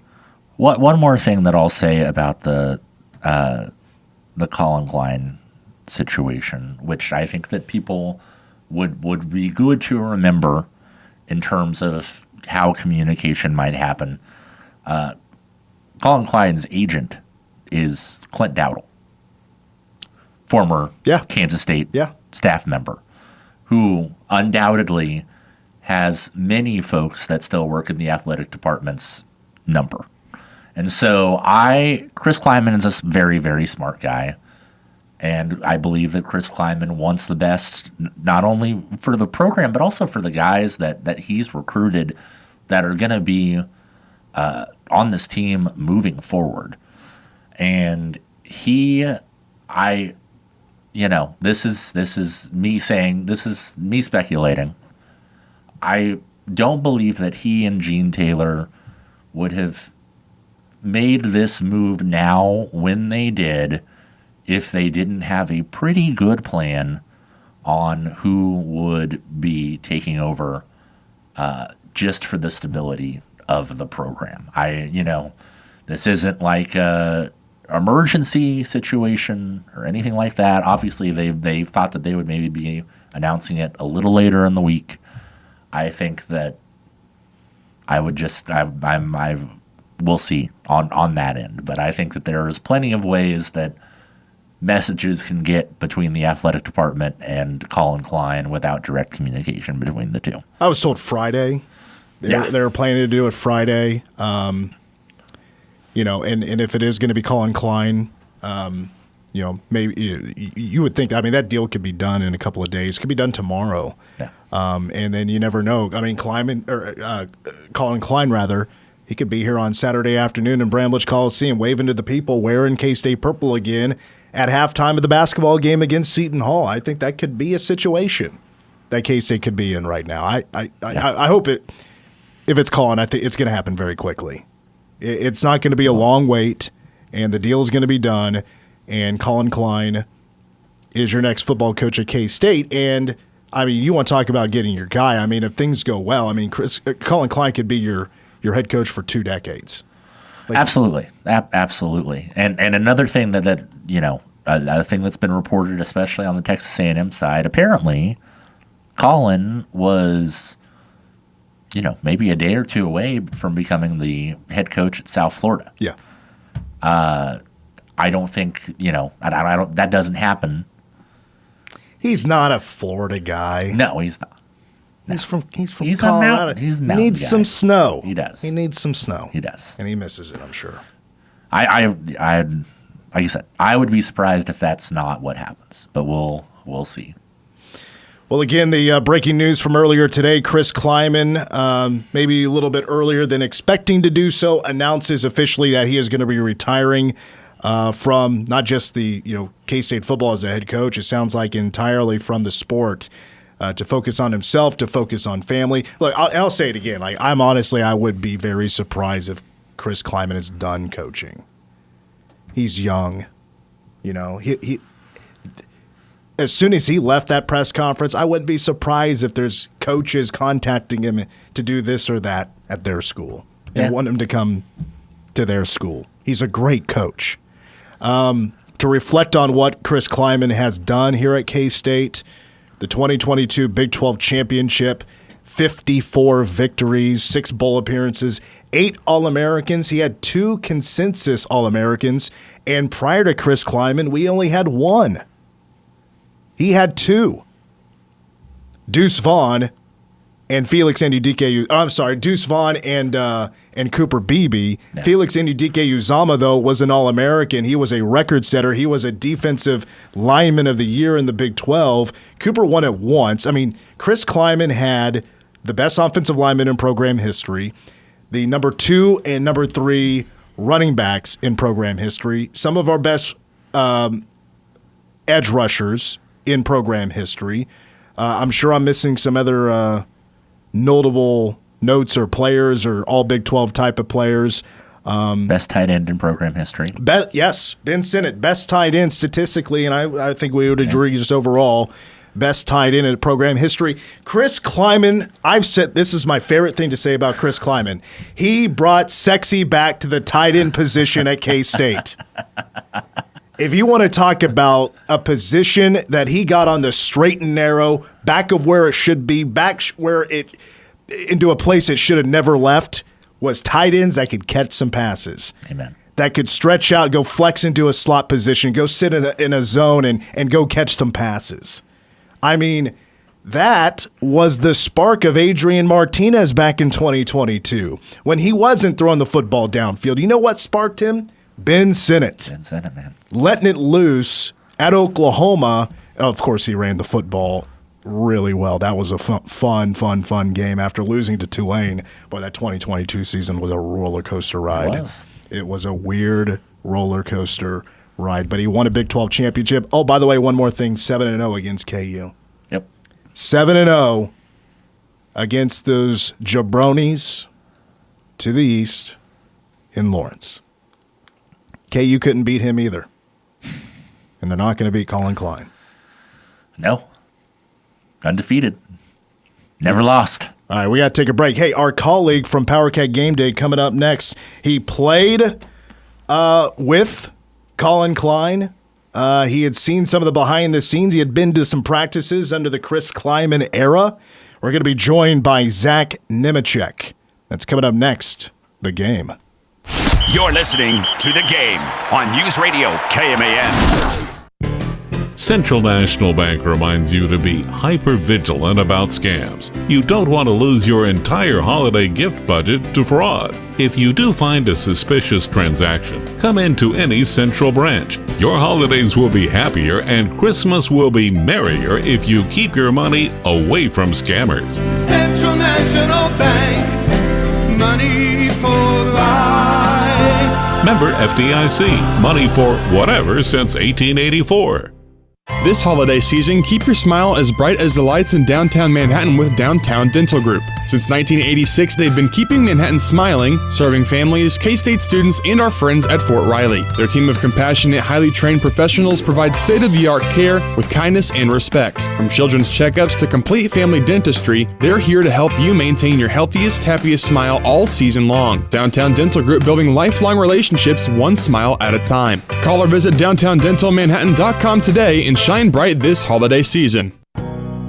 My name's Billy Segrist, and I had the pleasure of using interim hospice care for both my mom and my husband. Fred was about 6 months and maybe 4 months for my mom that needed care. When they started my husband, they thought he'd probably be a 1 or 2 year patient. And as it turned out, it went a lot faster than we had expected. But just knowing that I had them on board and I could call interim anytime and ask questions or have someone come out anytime I needed them made it really nice. I would strongly encourage, if you're thinking you're going to need some assistance, to call Interim Healthcare. They can deal with both home health as well as the hospice, and they're a great support group for you. Interim Healthcare and Hospice. We improve people's lives. We care, we're there. Interim Healthcare. We asked parents who adopted teens to share their journey. There are many times I thought, I can't do this. I mean, what parent isn't worried about, what am I not doing right? What am I not doing enough? And then I realized, wait, that's being a parent. Don't worry about being perfect. I've had around 3 other mother figures in my life, but only one of them has taught me how a mother loves. The greatest reward for me is he makes me better every day. I would tell a family considering adopting a teenager that teenager, whoever it is, needs you, and they need what you have to offer. Taylor's given me hope. He's our son, and that is what he will always be. Learn about adopting a teen from foster care. You can't imagine the reward. Visit adoptuskids.org to learn more. A message brought to you by Adopt US Kids, the U.S. Department of Health and Human Services, and the Ad Council. We asked parents who adopted teens to share their journey. If you build a relationship, then it becomes easier. If you build trust, it becomes easier. As a parent, you want what's best for your child. To give them the love that a child needs is probably the best you can do for a teenager. Learn about adopting a teen from foster care. Visit adoptuskids.org to learn more. A message brought to you by Adopt US Kids, the U.S. Department of Health and Human Services, and the Ad Council.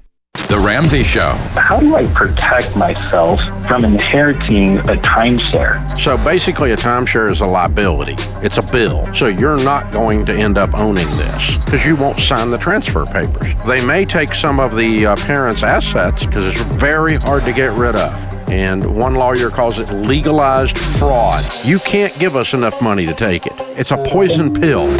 Life and money advice. The Ramsey Show, weekdays from 10 to 1 on News Radio KMAN.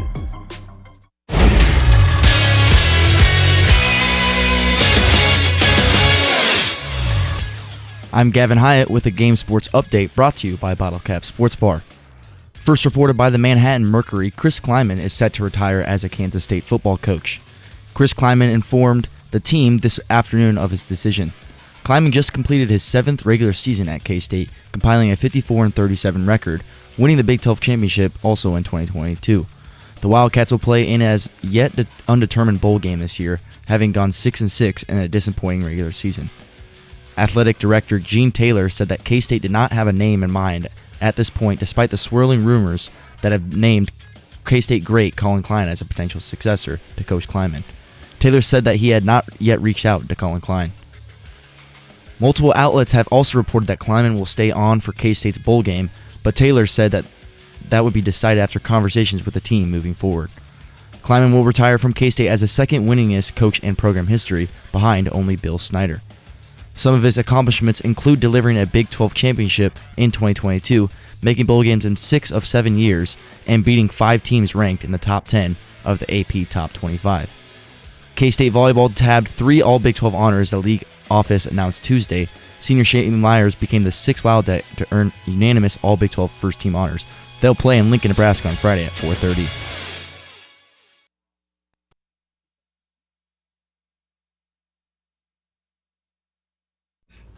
Oh, I love snow. If you're watching on YouTube or listening on the podcast, you're not hearing the music. I love Informer by Snow. Anyway, we're back on the game. What a day.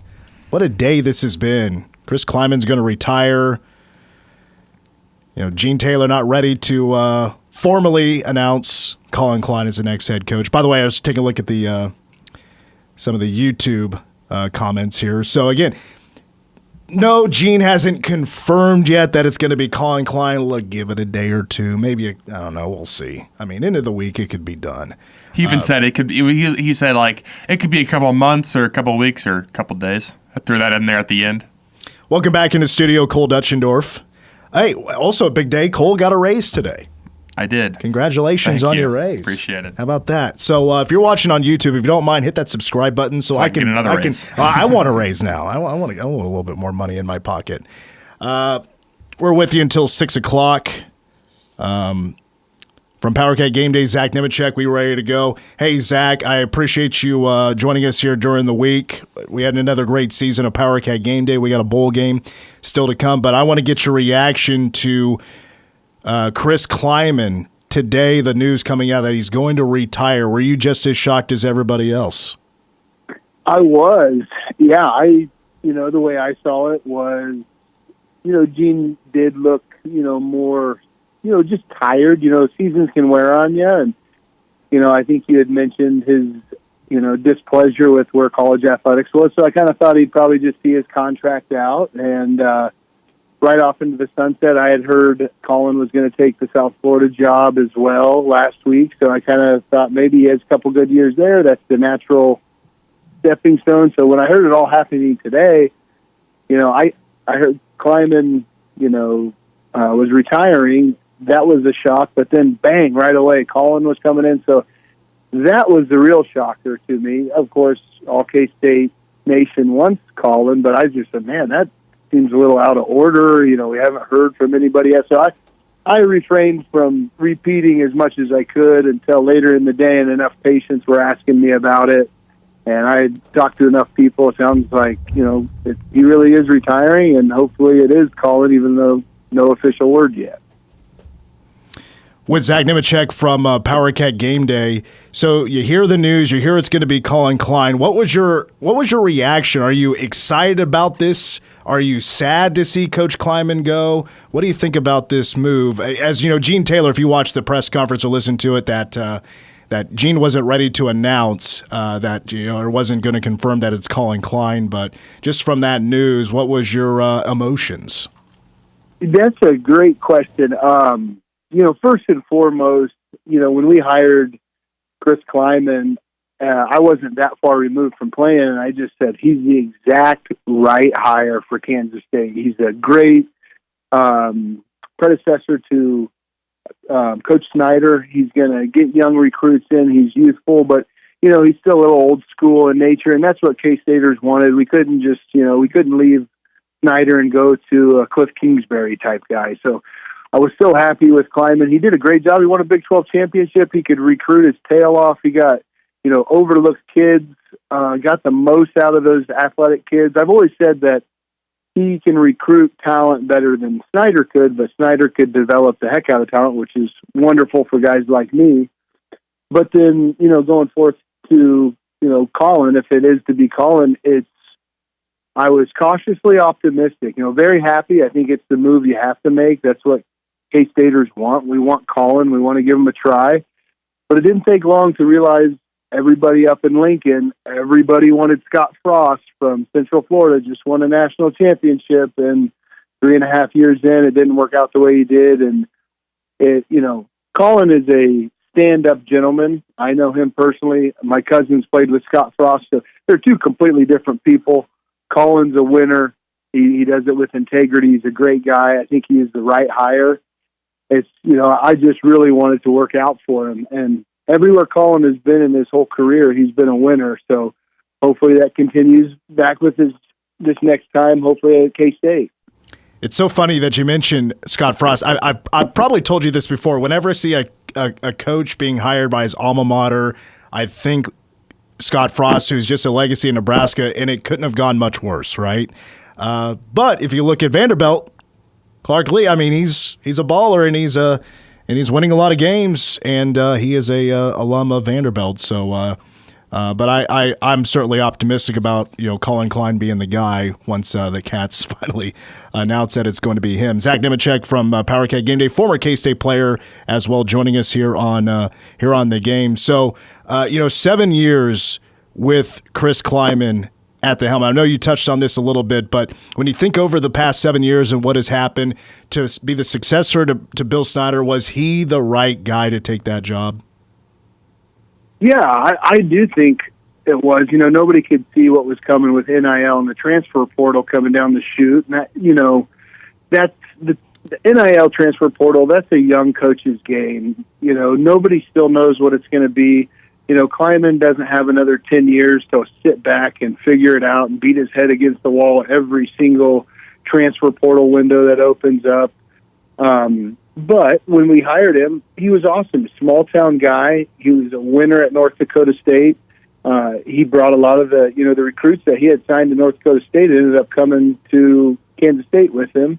And he produces NFL draft picks, so he's getting the talented guys. He's developing talent. And a lot of things with the changing to college football. One thing I think might be overlooked with Coach Klieman is the roster cuts down to 105. Kleiman's a guy who he wants the 4 or 5 year guy. He wants to develop him. He can see potential in maybe an undersized senior in high school. We'll take you, and by your junior, senior year, you could be a good player for us. And I think that's hard for a guy, and that's his style of coaching, is developing players. And when you take that away and you really hamstring Coach Klieman's style like that, it was a sad thing for Coach Klieman and his staff, because that's how he was winning ball games, was upperclassmen who have been in the program. Same way Snyder did, upperclassmen, been in the program. So, I can't thank Coach Klieman enough for what he did. It made, my first 3.5 years being back here, enjoyable. It made me excited to be a fan for K-State football again. Not that I wasn't, but, my colors sure started coming out. And, props to Gene if, he's going to have another great chance to hire a big-name person. All right, so with Collin Klein being in the news today that it's going to be him, even though it's not reported on by K-State, it's not been announced officially by K-State yet, let's just assume that it is Collin Klein. You played with him. You were on the team while Collin was the quarterback at K-State back in 2010, 2011, and 2012. Did you get a sense that this guy would be the head coach of K-State football at some point when he was a player at K-State? Did he seem like that coach type when he was a player? I never thought he'd be the head coach of K-State, but looking back on it, it was all right there. He was the one who was always in the film room, watching all the film, knew where everybody was supposed to be, kind of coaching up certain positions, not to step on the position coach's toes, but he knew the offense so well that he was able to coach guys up in that manner. A big thing with Collin is when you were around him, you just felt he was your peer. He was a teammate, but you felt like this guy. His bravado enters the room before he does, and you can feel his presence without actually him ever even opening his mouth. He carries himself so professionally. You know, that's a props to his parents, and you know, he's built a wonderful family with Shaylin and the 4 boys. So, you know, I'm not surprised, and I think, you know, we jumped on it at the right time because he is the hottest up-and-coming young football coach. We had to strike while the iron was hot. So if K-State really does make this move, which I hope they do, you know, props to K-State for making that move, you know, and jumping when they had to and getting setting us up for the next potentially, 20 years for success at K-State football. So if it is Collin, does that guarantee that Avery's going to stick around for his last season?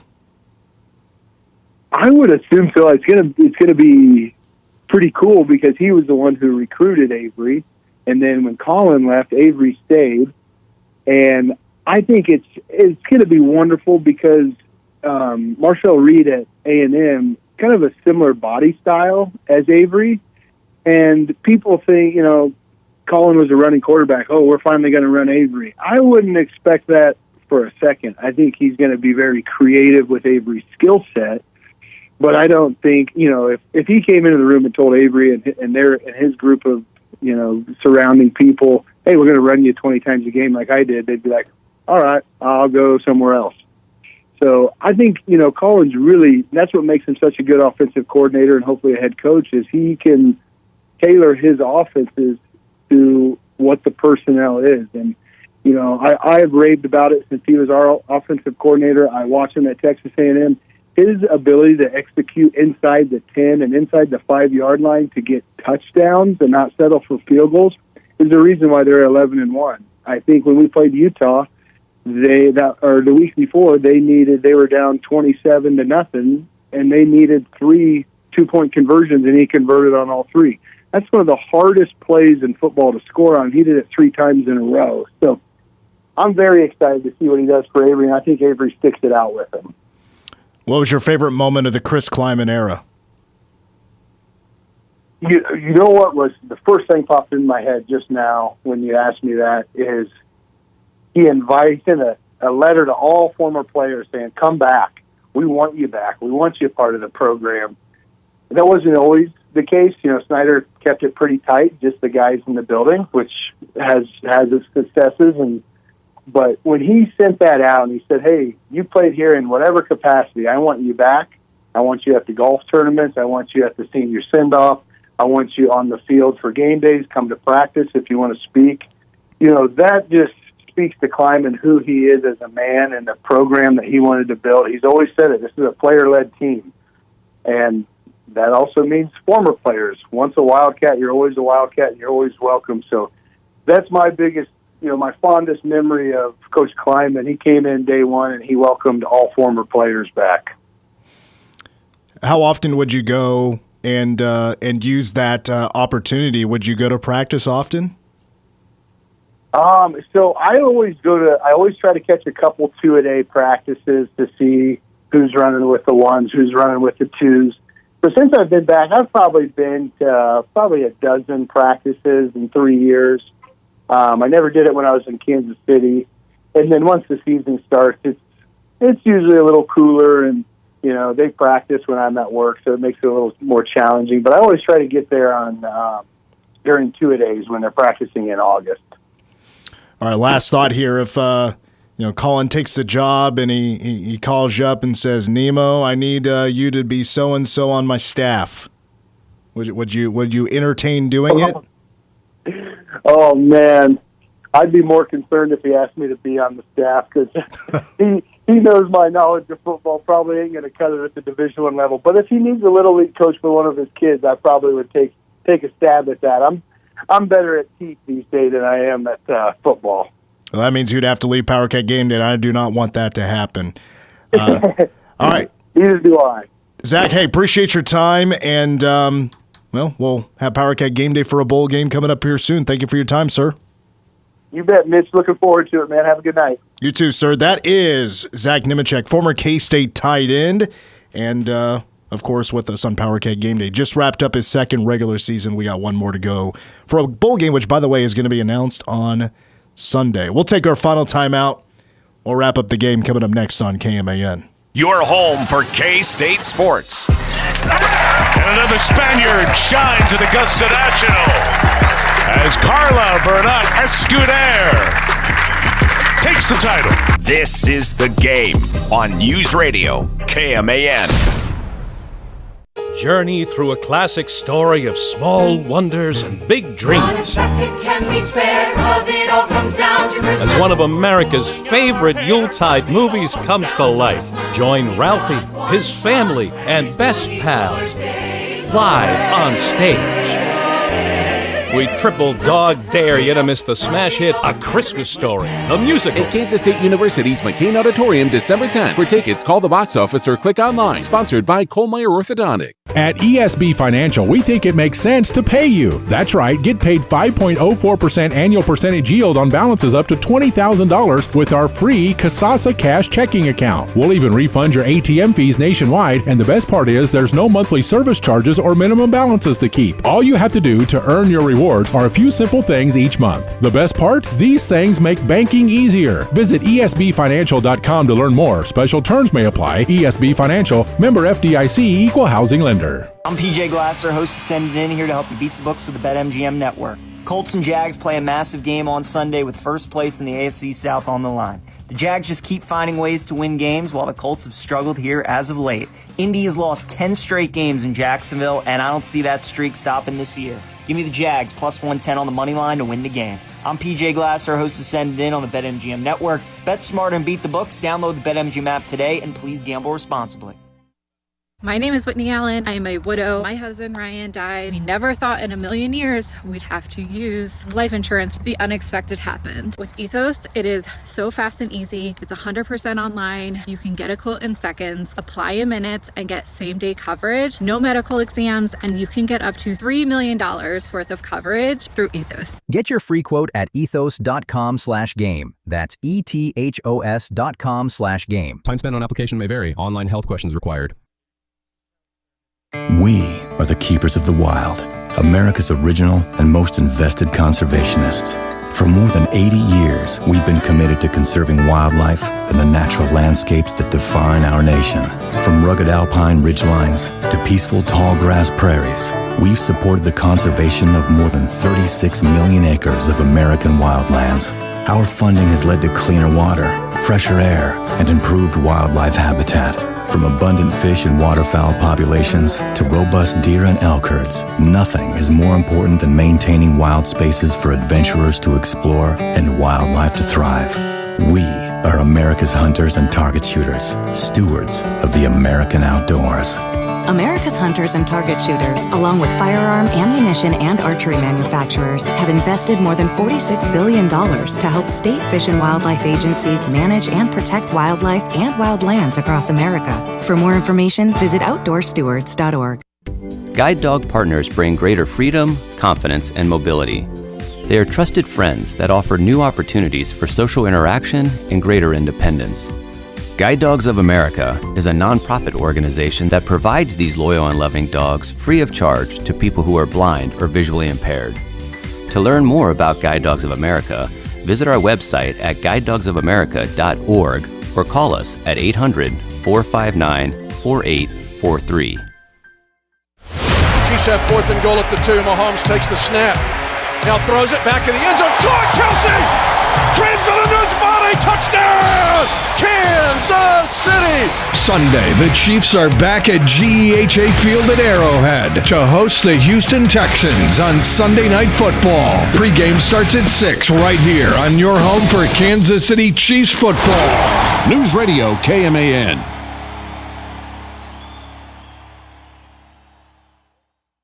News Radio KMAN. Weather. Currently in Manhattan, sunny skies and 32 degrees, with wind gusting to the north as high as 20 miles an hour. Tonight, cloudy skies with a low of around 12, with winds that could get up to 25 miles an hour. Going into tomorrow, sunny with a high near 29, and Thursday night, mostly clear with a low of around 20. Friday, sunny with a high near 44, and going into that night, partly cloudy with a low of around 23. 41 and mostly cloudy on Saturday.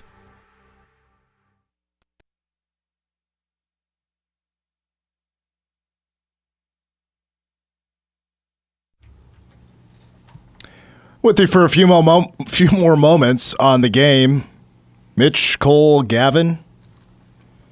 Gavin, why don't you say a few words? What's this day been like for you? You're a current K-State student, right? You're looking to get in the business of broadcasting. That's why you're with us. You're learning the ropes.